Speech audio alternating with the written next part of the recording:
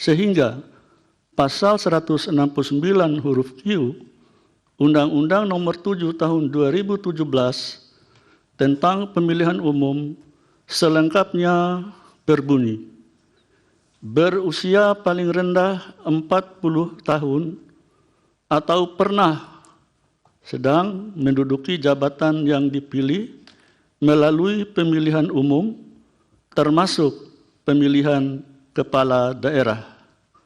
3. Memerintahkan pemuatan putusan ini dalam Berita Negara Republik Indonesia sebagaimana mestinya. Mahkamah Konstitusi mengabulkan permohonan Almas Zaki Biru Rea terkait syarat Capres dan Cawapres Senin 16 Oktober 2023. MK mengubah pasal 169 huruf Q Undang-Undang Pemilu menjadi berusia paling rendah 40 tahun atau pernah atau sedang menjabat dalam jabatan yang dipilih melalui pemilihan umum termasuk pemilihan kepala daerah. Adapun gugatan atas pasal itu diajukan Almas, mahasiswa Universitas Surakarta, yang juga mengaku sebagai pengagum Wali Kota Surakarta Gibran Rakabuming Raka, putra sulung Presiden Joko Widodo. Putusan ini dinilai memiliki berbagai kejanggalan. MK didesak bentuk majelis kehormatan. Keberadaan majelis kehormatan penting untuk memeriksa dugaan pelanggaran etik, pelanggaran prosedural, dan menyatakan fakta sebenarnya kepada publik tentang proses sebenarnya putusan perkara 90/2023 itu disusun.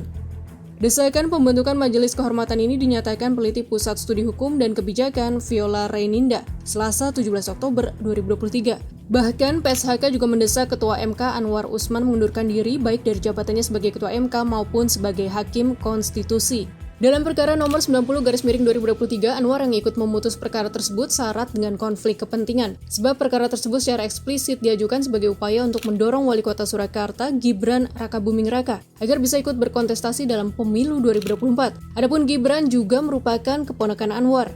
Atas posisi dalam penanganan perkara tersebut, Anwar Usman telah melanggar prinsip ketidakberpihakan Sabta Karsa Utama dalam Peraturan MK Nomor 09/PMK/2006 tentang pemberlakuan deklarasi kode etik dan perilaku hakim konstitusi. PSHK khawatir apabila Anwar Usman tetap bercokol di MK, kepercayaan publik terhadap lembaga tersebut akan terus menurun. Sejak awal permohonan yang diajukan Almas dinilai ganjil. Perkara Almas masuk diam-diam tanpa pemberitahuan kepada wartawan seperti yang biasa dilakukan oleh sejumlah pemohon. Tak hanya itu, Almas sempat menarik permohonannya pada 29 September 2023. Tetapi sehari berselang, yakni 30 September malam, ia mencabut surat pembatalan pengajuan perkara tersebut. Pengajar Hukum Tata Negara pada Fakultas Hukum Universitas Islam Indonesia, Alan F.G. Wardana mengungkapkan, putusan MK itu menunjukkan sebagian hakim MK tidak memiliki komitmen untuk mengawal proses demokrasi yang mengedepankan etika. Mereka yang mengabulkan putusan ini terjebak dalam permainan kekuasaan, terutama untuk memenuhi ambisi politik sejumlah kalangan yang ingin berkuasa terus-menerus.